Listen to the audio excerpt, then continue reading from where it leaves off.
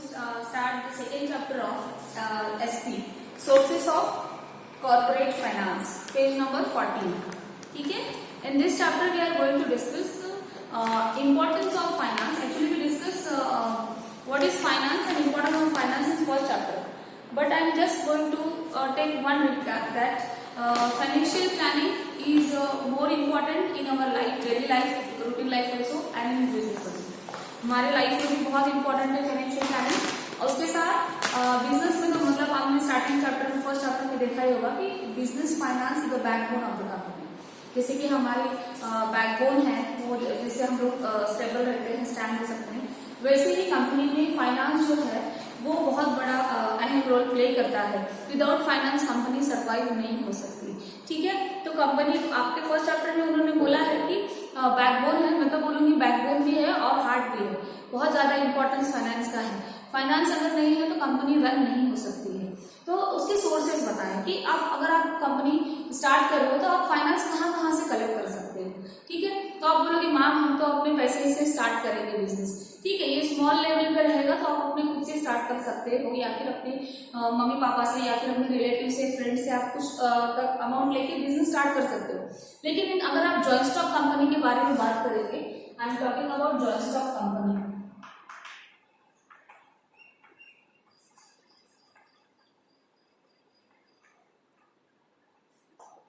देखो नाम में लिखा है जॉइंट स्टॉक।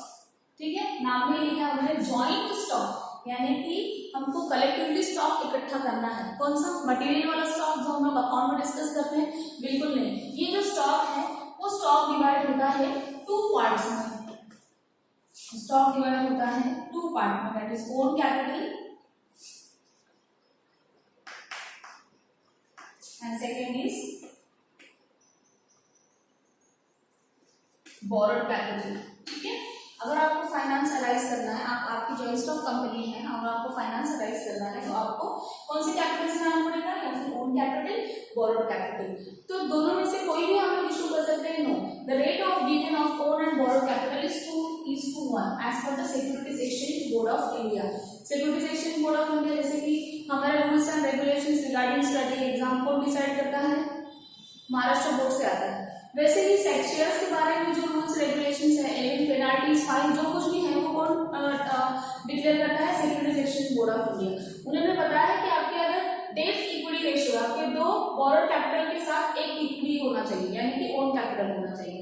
ठीक है, ये रेशियो आपको शायद फर्स्ट चैप्टर में आपने पढ़ा होगा।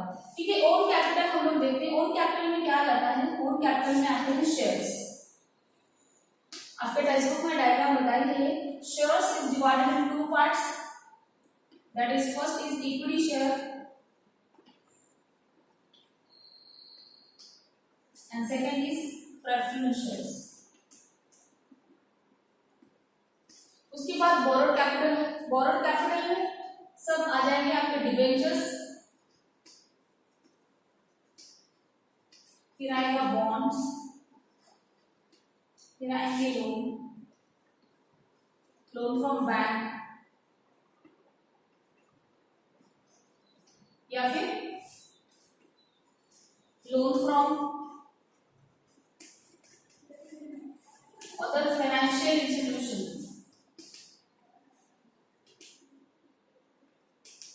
then ADR, then GDR. ADR means American Depository Receipt, GDR means Global Depository Receipt. देखते हैं आपका टेक्स्ट में ये दिया है, यस, और ट्रेड क्रेडिट दिया है। दिख रहा है आपको? दिख रहा है बच्चों? Reply me fast.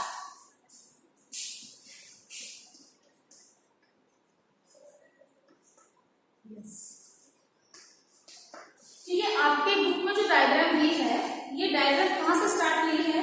Directly own capital, borrowed capital से।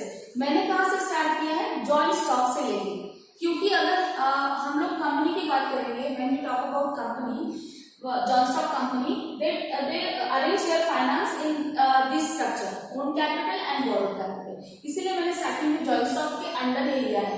आप वहां पे जॉइंट स्टॉक कंपनी एग्जाम में नहीं लिखोगे, आप क्या लिखोगे? Sources of finance. ठीक है, मैंने सिर्फ एक्सप्लेन करने के लिए आपको बताया कि जॉइंट स्टॉक क्यों बोला है? क्योंकि स्टॉक का मतलब ये होता है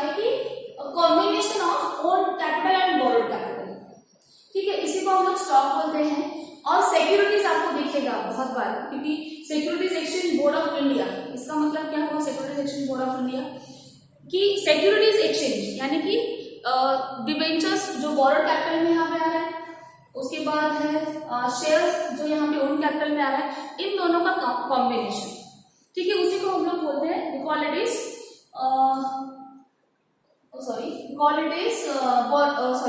स्टॉक। जब दोनों इकट्ठा हो जाते हैं, दोनों का कॉम्बिनेशन होता है, तो उसी को हम लोग बोलते हैं स्टॉक या फिर सिक्योरिटीज, ठीक है, इसीलिए वहां पर नाम है securities exchange board of India. Securities exchange हो रही है, इसका मतलब कोई बाय कर रहा है, कोई सेल कर रहा है, कोई सेल कर रहा है, कोई होल्ड कर रहा है, कोई फिर सेल कर रहा है, कोई फिर बाय कर रहा है, तो इसको एक्सचेंज ये नाम दिया है।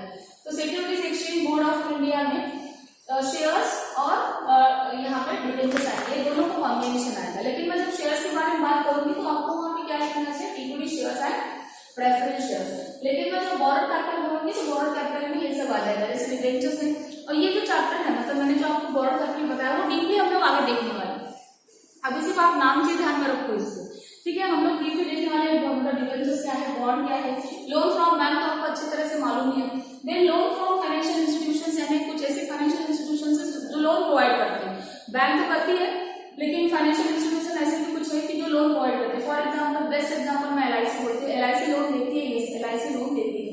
Then ADR American depository receipt, global deposit, ये भी आपको डीप में दिया होगा। अमेरिकन डिपॉजिटरी रिसिप्ट में आपको शॉर्ट में बता सकती हूँ कि अगर आपको सिर्फ अमेरिका में इन्वेस्ट करना है शेयर्स, या फिर अमेरिका से कोई कंपनी की शेयर परचेज करना है, तो आप इस प्लेटफॉर्म थ्रू ही परचेज कर सकते हो, इसीलिए इसको बोला है एडीआर, अमेरिकन डिपॉजिटरी रिसिप्ट। लेकिन आपको अमेरिका छोड़ के, मतलब यूएस छोड़ के आपको कहीं भी से भी बाहर देश से out of India share purchase करना है या फिर अपने शेयर उनको सेल करना है, तो आप कौन से प्लेटफॉर्म से जा सकते हैं, ग्लोबल डिपॉजिटरी रिसिप्ट।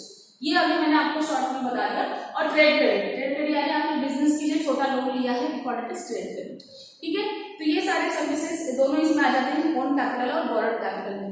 फिर सोर्सेस ऑफ ओन कैपिटल बताया है, पहले हम लोग ओन कैपिटल डिस्कस करेंगे, उसके बाद फिर आगे का देखेंगे, यानी कि बोरोड कैपिटल। देखो पेज नंबर 15 पे सोर्सेस ऑफ ओन कैपिटल बताया है। The capital raised bye the company with the help of share holders, मतलब यानी कि owners, is called own capital or ownership capital. The shareholder purchase share of a company and supply necessary capital. It is not form of own capital. ठीक है। फिर another form of own capital is retained earning. It is also known as plugging back of profit. तो देखो retained earning भी बताया आपकी book में, मैंने यहाँ पे नहीं लिखा है तो मैं यहाँ पे इंक्लूड कर देती हूँ। शेयर्स के बाद एक दूसरा टाइप होता है, दैट इज retained earning।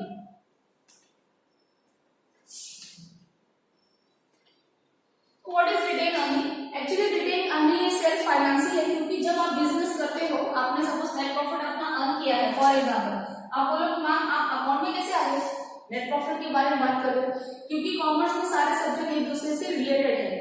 तो नेट प्रॉफिट अगर आपकी कंपनी का 30,000 आ रहा है, तो 30,000 से अगर आपने रिजर्व किया 10,000, हर साल आपने 10,000 5,000 ऐसे कुछ रिजर्व किया है, so we call it is plugging back of profit या फिर रिटेन प्रॉफिट, रिटेन अर्निंग्स। समझ में आया? तो इसी को हम लोग इसीलिए इसको ओन कैपिटल बोलते हैं। यहाँ पे वही बताया है, another form of own capital is retained earning, it is also known as plugging back of profit. It is an reinvestment of profit of business by the company itself. Retained earning is an internal source of finance. Of course ये आपके net profit का ही part है, तो आपका internal source of finance है। Own capital is, आपको समझ में आ रहा है ना सबको?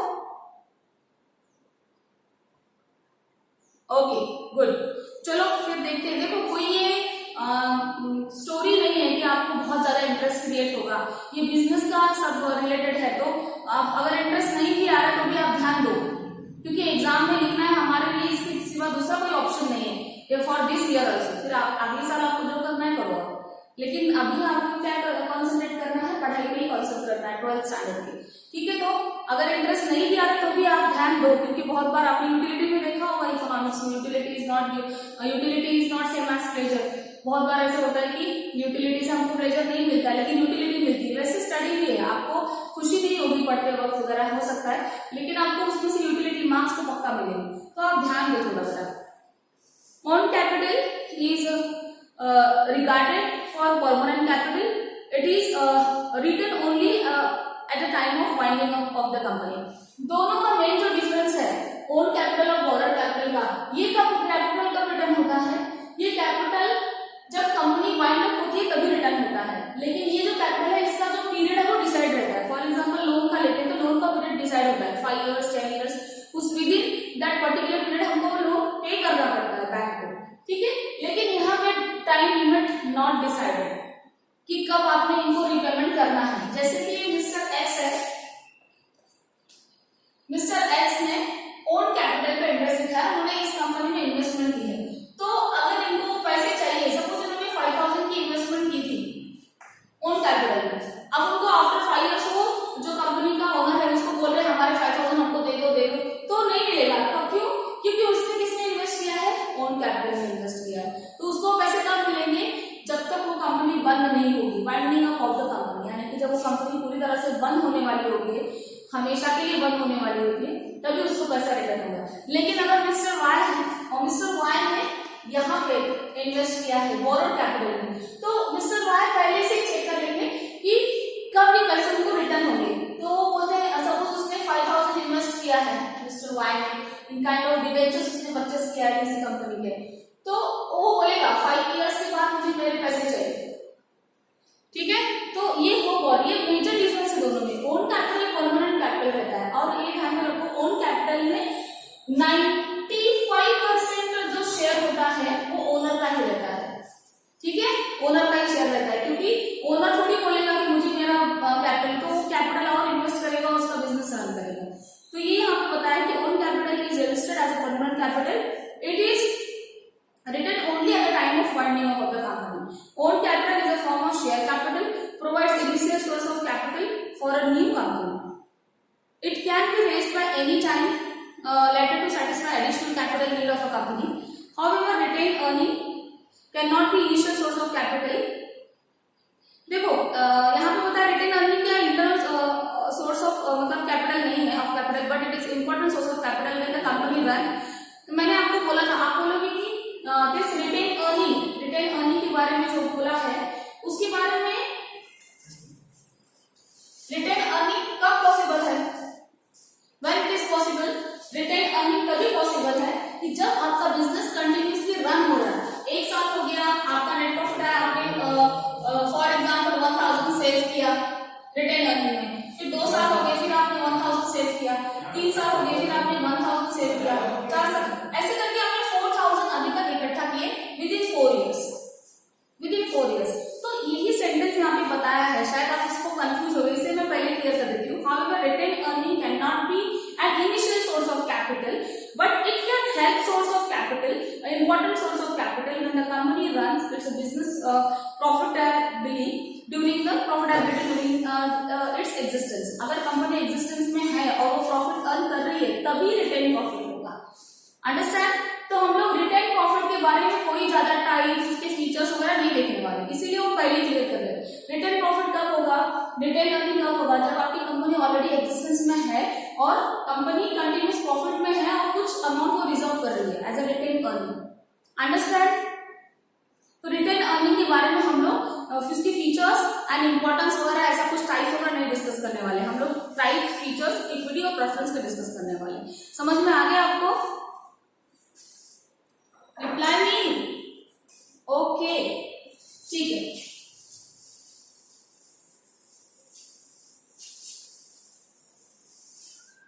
सो रिटेन अर्निंग उन्होंने भले लिखा है कि ओन कैपिटल है, लेकिन रिटेन अर्निंग कब पॉसिबल है? जब आपका बिजनेस रन हो रहा है और उसके बाद फिर आप कुछ अर्निंग कर रहे हो, नेट प्रॉफिट से आप अपना कुछ फंड अमाउंट ट्रांसफर कर रहे हो, तो वो रिटेन अर्निंग में आएगा, तब वो कंपनी के एजेंसीज में यूज होगा। Promoters decide to share capital required by the company. This amount of share capital known as authorized capital. It is stated in a category clause of memorandum of association of the company. Let us learn details about the own capital. ठीक है, तो हम लोग own capital में detail में किसके बारे में शेयर डिस्कस करने वाले हैं? Equity shares and preference share के बारे में डिस्कस करने वाले हैं। मैंने आपको बोला ये बड़े इंटरनल सोर्स ऑफ फाइनेंस है रिटेन अर्निंग, लेकिन उसके बाद डिटेल में नहीं, क्योंकि अगर आपकी कंपनी ऑलरेडी एग्जिस्टेंस में है तो आप प्रॉफिट अर्न तो करोगे और उस प्रॉफिट से आप अर्निंग तैयार करोगे और वो कंपनी के अर्जेंसी में आप यूज करोगे। लेकिन ये जो है आगे जो बताया उन्होंने शेयर्स, ये है कि जो ओनर है बिजनेस का वो इसी फंड से, इसी टाइप ऑफ शेयर से या फिर बोरोड कैपिटल से भी फंड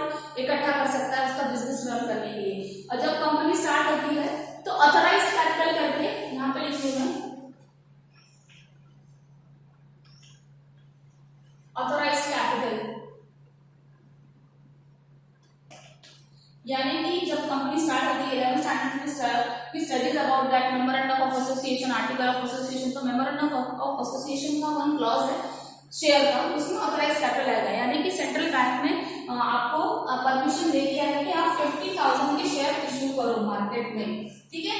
तो कंपनी डायरेक्टली 50,000 के शेयर सारे इश्यू नहीं करती, जो इश्यू करती है सपोज उसमें से मे बी 30,000 की शेयर इश्यू करेगी, तो ये होगा इश्यू कैपिटल। और जो अनइश्यू है 50,000 में से कितने नहीं इश्यू है अभी 20,000, तो ये 20,000 है वो अनइश्यूड शेयर, या फिर उसको हम लोग बोलते हैं अनसब्सक्राइब्ड शेयर, ठीक है। और जब कंपनी को नीड जरूरत लगेगी तो if company needed finance that then company again raises that 20,000 as a capital as a share. Okay, so we discuss about what is share as per the companies act section 282, यानी section 282 है, इसका ध्यान में रखो। 84 section share का ध्यान में रखना है। In your exam you have to write the section of shares, ये shares का section है। When you writing in your exam, board exam section, this section you will get bonus marks, ठीक है। कंपलसरी नहीं है, लेकिन अगर आप कुछ मतलब कि सारे के सेक्शंस हैं, सब नहीं, मैं आपको सिलेक्टेड सेक्शंस बताऊंगी, वही सेक्शंस अगर आपको क्वेश्चन आ रहे हैं तो उसकी अगर आपने सेक्शंस लिखे तो वहां पे आपको मार्क्स मिलेगा। तो फिर ये शेयर का है, शेयर सेक्शन 2 सबसेक्शन 84 ऐसे रीड करते हैं, इनटू ब्रैकेट 84 नहीं, शेयर सेक्शन 2 सबसेक्शन 84। तो व्हाट इज शेयर्स, शेयर्स के बारे में अगर हम लोग डिस्कस करेंगे तो शेयर्स मतलब क्या है, अभी मैं ये कट कर देती हूँ।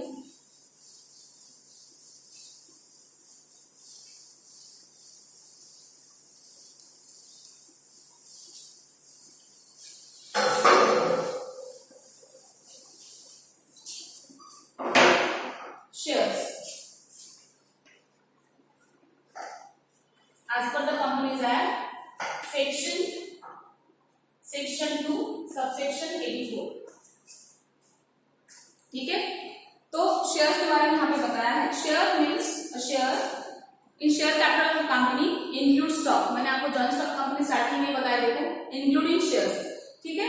Shares is a unit by which the share capital is divided. The total capital of a company is divided into small parts and each part is called share, ठीक है। तो जैसे कि कंपनी को फाइनेंस जो इशू करने वाले the amount of finance में भी 5,000, जस्ट टेक वन एग्जांपल 5,000, ठीक है। और 5,000 का उन्होंने पार्ट किया है 1,000 1,000 1,000 1,000 एंड 1,000,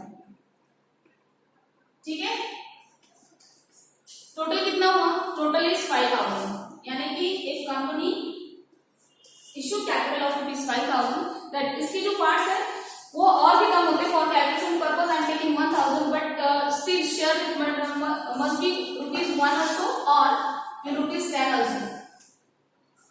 इक्विटी शेयर्स 1 रुपीज से स्टार्ट होता है मार्केट में और 10 रुपीज भी हो सकता है मैक्सिमम, और उससे भी ज्यादा उसकी वैल्यू हो सकती है, ठीक है। तो कम से कम इक्विटी शेयर की वैल्यू है 1, उससे कम नहीं होगा कि पॉइंट में नहीं जाता है, ठीक है। तो मैं शेयर के बारे में, शेयर का सब डिवाइड मतलब 5,000 का जो रुपीज 5,000 का डिवीजन किया 1,000 1,000 1,000, और वो वैसे इशू होता है मार्केट में। कैसे इशू होता है, प्रॉस्पेक्टस हम लोगों ने 11th स्टैंडर्ड में दिखाई से इन्विटेशन टू शेयर होल्डर्स, जैसे कि मैंने आपको लग्न पत्रिका का, शादी का जो इन्विटेशन कार्ड रहता है उसका एग्जांपल मैंने आपको बताया था, तो उसमें सारा डिटेल्स रहता है। उसी में आपको लिखा होगा कि आपने 1,000 का शेयर परचेस किया तो आपको डिविडेंड मिलेगा 5%, ये भी बताया होता है, क्योंकि सामने वाला जब इन्वेस्टमेंट करेगा आपकी कंपनी में तो वो भी सोचेगा कि इनको रिटर्न क्या मिल रहा है, ठीक है। तो शेयर्स के ऊपर रिटर्न क्या मिलता है, शेयर्स के ऊपर रिटर्न मिलता है डिविडेंड। जैसे कि आप बैंक में कुछ डिपॉजिट करते हो तो आपको क्या मिलता है, बैंक में आपने एफडी की, फॉर एग्जांपल आपने बैंक में एफडी की है, तो एफडी के साथ 50,000 की आपने एफडी कर दी, एफडी 50,000 की है, ठीक है। तो मुझे बताओ, फटाफट टाइप करो क्या मिलेगा आपको इस मतलब एफडी का रिटर्न क्या मिलेगा आपको, टाइप करो फास्ट। करेक्ट, क्या मिलेगा, interest. So we call it is interest. Interest अगर 10% है तो कितना मिलेगा,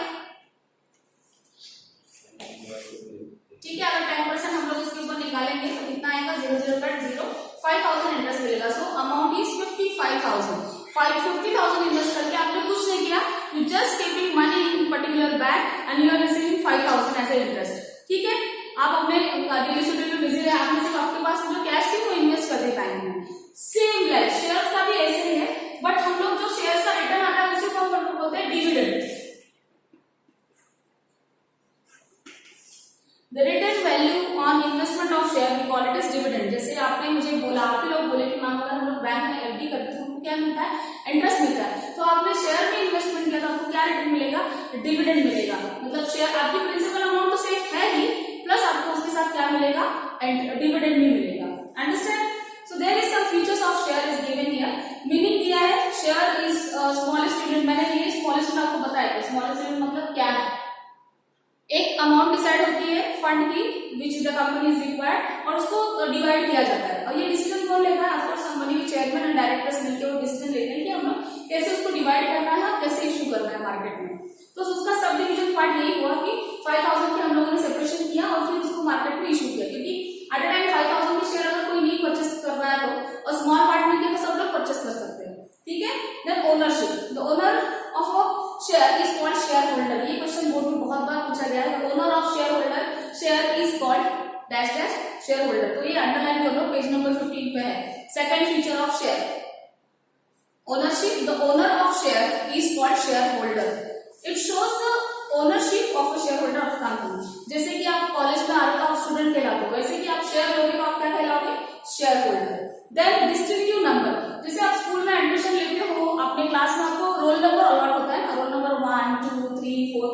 वैसे ही जब आप शेयर परचेस करते हो तो शेयर के नंबर्स होते हैं। फॉर एग्जांपल मैं यहाँ पे एक नंबर देती हूँ शेयर के, 5,000 के शेयर हम लोगों ने डिवाइड किए थे।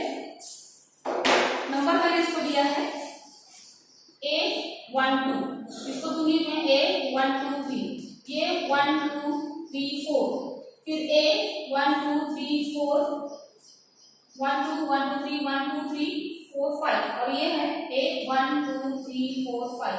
We call it as distinctive number। ये कंपनी अपने पॉलिसी से रखती है। ये अल्फान्यूमेरिकल भी हो सकता है या फिर ओनली नंबर्स ले सकते हैं इसमें। ठीक है,